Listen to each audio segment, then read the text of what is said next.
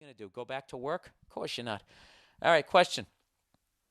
Oh, that was the whole thing about the guy from Austin.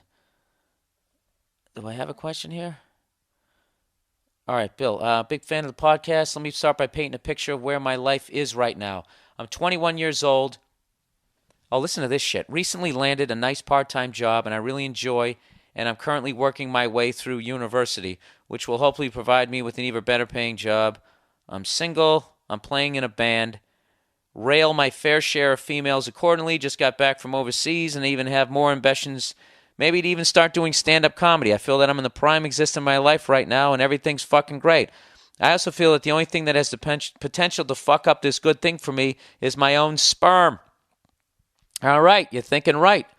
It's exactly what you should be thinking. Who would have thought that the very thing I was so proud to be able to produce when I was 12 years old would terrify me to such an extent only 9 years later? Recently, a buddy of mine got the news that an ex-girlfriend was pregnant. Fortunately, this girl wound up having a miscarriage. Can I please read that sentence out again? Just aloud. Fortunately, this girl wound up having a miscarriage. But before this event, the reality of fertilization and just how much it could change my life hadn't really dawned on me. Yes, I'm sure fatherhood is very rewarding, a very rewarding experience on the path of becoming a man and blah, blah, blah. But I don't want that, not for a long time. Okay, you're thinking the right thing. Fatherhood is a rewarding thing, but you have to do it with the right person. And you know you don't want it for a long time. Okay, you're thinking really well for a 21-year-old. Let's continue. It plays on my mind so much that before I can even fuck a girl, I need to be able to convince myself that I could talk her into an abortion. Oh, Jesus. So recently I started contemplating an early life vasectomy. Oh, jeez. And have been doing my research. The surgery is all keyhole, whatever that means, and apparently low risk.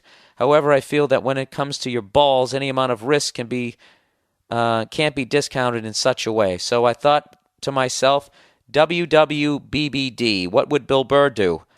So, Bill, what is your take on my situation? All right, the first half of your email, you're coming out strong. You had a great first half, okay? You had a great first half, and then the Saints came out and they kicked an onside kick, and now you're thinking about having a vasectomy. Fucking stupid, all right?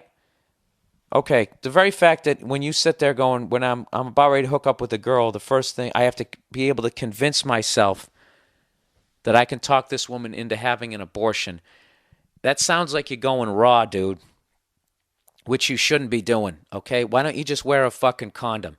Wear a condom and then pull out. You do that, you're all fucking set. Just do that. Don't go in and have them snip you fucking nuts. I mean, they say it's reversible. I don't know. Sometimes it isn't, and there's always like chaos theory where it might not be reversible. Like you might be the one in the zillion chance where it isn't reversible, dude.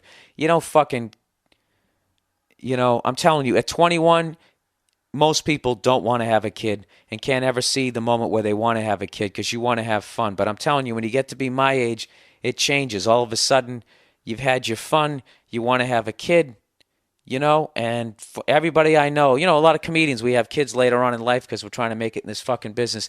And I'm telling you, every one of them who has a kid, other than one dude, other than that, all of them have just been like, dude, it's fucking unbelievable. I can't believe I almost didn't do it. So if you were 41, 42 and you still were feeling strong, I would even say wait till you were 50.